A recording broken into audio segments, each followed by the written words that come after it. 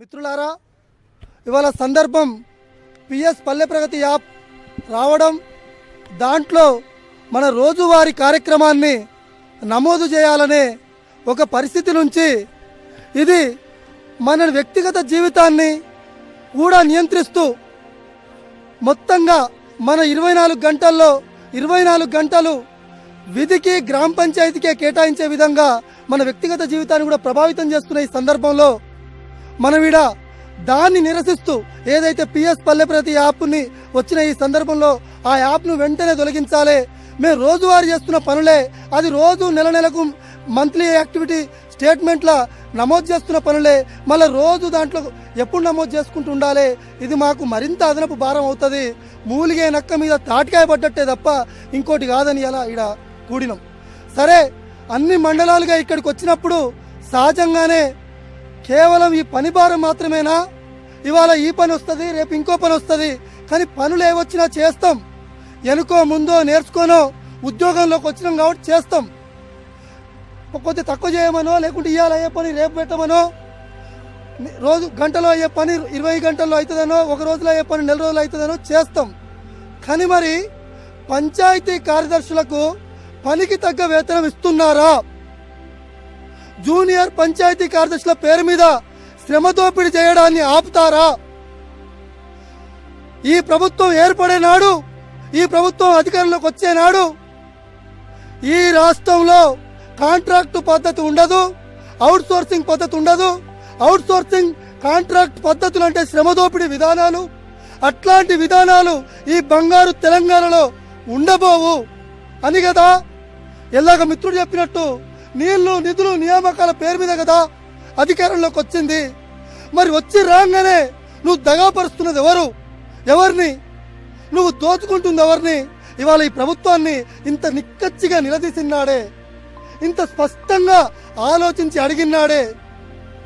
మన సమస్యలు, ఉద్యోగంలో ఎదుర్కొంటున్న సమస్యలు, మన వ్యక్తిగత జీవితంలో ఎదుర్కొంటున్న సమస్యలు, ఈ విధి నిర్వహణలోకి వచ్చినప్పటి నుంచి పడుతున్న మానసిక స్వయం శోభ అనేది పోతుంది.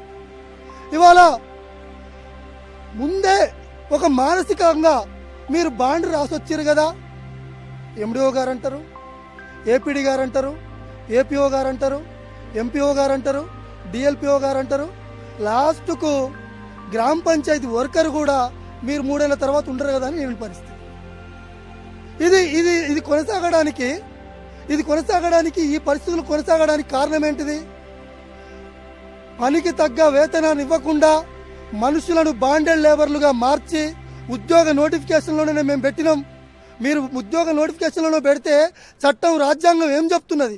మీ ప్రభుత్వాలు ఏర్పడడానికి, మీ ప్రభుత్వాలు పరిపాలన చేయడానికి ఒక రాజ్యాంగం భూమిక కదా. మరి ఆ రాజ్యాంగమే చెప్తున్నది కదా. ఆ రాజ్యాంగాన్ని ఎల్లప్పుడూ నిర్వచించే సుప్రీంకోర్టు సమాన పనికి సమాన వేతనం చెప్తున్నది కదా. మరి ఇవేవి కనిపించట్లేదా? ఇవాళ జూనియర్ పంచాయతీ కార్యదర్శులకు, పెట్రోళ్లకు, సెల్ ఫోన్ బిల్లులకు ఇక తెల్లగా పుల్లగా లేకపోతే సర్పంచ్ నాడు, మన ఎంపీడబ్ల్యూ ఉద్యోగి నాడు కొన్ని బట్టలు వేసుకోవాలి, ఇస్త్రీ చేసుకొని పోవాలి, బూట్లు వేసుకోవాలి, లేకపోతే ఇది కూడా వినరు కాబట్టి ఈ బట్టలకు దీనికే జీవితం సరిపోతే జూనియర్ పంచాయతీ కార్యదర్శులు 7.5 కాలంలో ఎవరు పెళ్లిళ్ళు కూడా చేసుకోవడానికి సాహసించలే. వేళ్ల మీద లెక్క పెట్టవచ్చు. ఎందుకంటే ప్రతి ఒక్క ఈ ఉద్యోగానికి సంబంధించి రేపు బతుకు భరోసా లేదు, ఉద్యోగ భరోసా లేదు, ఆరోగ్య భద్రత భరోసా లేదు. ఒక సమావేశానికి హాజరై ఇంటికి క్షేమంగా పోతామన్న నమ్మకం లేదు. మిత్రుడు వెంకటనర్స్ చనిపోయి ఆ రోజు మంత్రి గారు హాజరైన సమావేశానికి వచ్చి 10 రోజుల ప్రణాళిక నిర్వహణ, ఈజీఎస్ పనుల నిర్వహణ, ఈ సమావేశానికి హాజరైన వెంకటనర్సు క్షేమంగా ఇంటికి చేరలేకపోయిండు. క్షేమంగా ఇంటికి చేరలేని వెంకటనర్సు మృతదేహంగా ఇంటికి పోతే ఆ భార్య, పిల్లలు, తల్లిదండ్రులు గోడు నడిస్తే కార్యదర్శులమైనటువంటి మనం 10 పరగా వేసుకున్నాం. కానీ ఈ ప్రభుత్వాలు కానీ, వీటికి అత్యున్నత స్థాయిలో రిప్రజెంట్ చేస్తున్నటువంటి ఉన్నతాధికారులు కానీ, మరి మేము పని చెప్తే పనిచేస్తున్నటువంటి పంచాయతీ కార్యదర్శి అన్యాయంగా చచ్చిపోయిండు, తల పుచ్చబండు వలిగినట్టు చచ్చిపోయిండు, ఆయన పిల్లలు రోడ్డు మీద పడతారు అన్న సోయి ఉన్నదా? ఎవరన్నా ఆలోచించారా? లేదు. ఇవన్నీ ఇట్లాంటి ఈ సందర్భంలో మనం 3 ఏళ్లు బాండ్ రాసినాము, నోరెత్తితే ఉద్యోగం పోతుందన్న మానసికమైన సంసిద్ధత నుంచి బయటపడాలి. మనం బాండ్ రావడానికి ముందే డిగ్రీలు చదివినాం, బాండ్ రాయడానికి ముందే నోటిఫికేషన్లు రాసినాం, బాండ్ రాయడానికి ముందే ఉద్యోగంలోకి వచ్చినాం, బాండ్ తర్వాత వచ్చింది. జీవితం కంటే ఏది ఎక్కువ కాదు. ఇప్పుడున్న ఈ కష్టాల నుంచి బయటపడాలి అంటే ఉద్యోగ భద్రతను కల్పించాలి, వెంటనే రెగ్యులరైజ్ చేయాలి. ఇక్కడ సీనియర్ పంచాయతీ కార్యదర్శులకు సార్లకు ఒకటే ఒక నివేదన, మీరు ఎల్లాక మాకు సంతోషం ఏంటిది, జూనియర్ పంచాయతీ కార్యదర్శులను రెగ్యులర్ చేసే అంశమే మేము మొదటి ప్రాధాన్యత అంశంగా పెడుతున్నాం. మీరు ఆ విషయంలో ఎటువంటి ఇబ్బంది పడాల్సిన అవసరం లేదని చెప్తున్నారు, మాకు సంతోషం. ఇంతే చిత్తశుద్ధిగా సంఘాలు ఏవైనా కావచ్చు, పంచాయతీ కార్యదర్శులలో 2, 3, 4 సంఘాలు ఏవైనా ఉండవచ్చు, కానీ జూనియర్ పంచాయతీ కార్యదర్శులను రెగ్యులర్ చేయాలి, వాళ్లకు సమాన పనికి సమాన వేతనం కల్పించాలి. ఒక సాధారణ రాష్ట్ర ప్రభుత్వ ఉద్యోగి నియామకం చేపట్టినప్పుడు అతనికి ప్రభుత్వం నుంచి ఎటువంటి అలవెన్సులు అవకాశాలు అన్నీ ఉంటాయో అన్ని కల్పించాలనే అంశాన్ని మీరు సందర్భం వచ్చిన ప్రతిసారి మేము ఉన్నా లేకున్నా, మీ కళ్ళ ముందు మేము కనిపించినా కనిపించకున్నా మీకు ఇది ప్రాధాన్యత అంశంగా ఉండాలని కోరుతా ఉన్నాం. అట్లాగే మిత్రులారా, ఒకటి, ప్రతి సందర్భంలో ఒంటరిగా ఉంటే ఎవరికి వాళ్ళ మండలంలోనైనా జిల్లాలోనైనా ఒంటరిగా ఉంటే ఏమి సాధించలేం. నా మిత్రుడు చెప్తా ఉంటాడు, ఈ 3 ఏళ్ల కాలాన్ని ఉధృతంగా వస్తున్నటువంటి నదీ ప్రవాహాన్ని దాటేటప్పుడు ఒకరి చేయి ఒకరు పట్టుకొని ఆ నదీ ప్రవాహం దాటినట్టుగా ఈ 3 ఏళ్ల కాలం జూనియర్ పంచాయతీ కార్యదర్శులు ఒకరినొకరు కాపాడుకోవాలి, ఒకరికొకరు సహకారం అందించుకోవాలి. లేకపోతే మనల్ని వేరువేరుగా ఒక్కొక్కరిని ఎలిమినేట్ చేసి మనందరినీ కూడా కొట్టేసే అవకాశం ఉంది.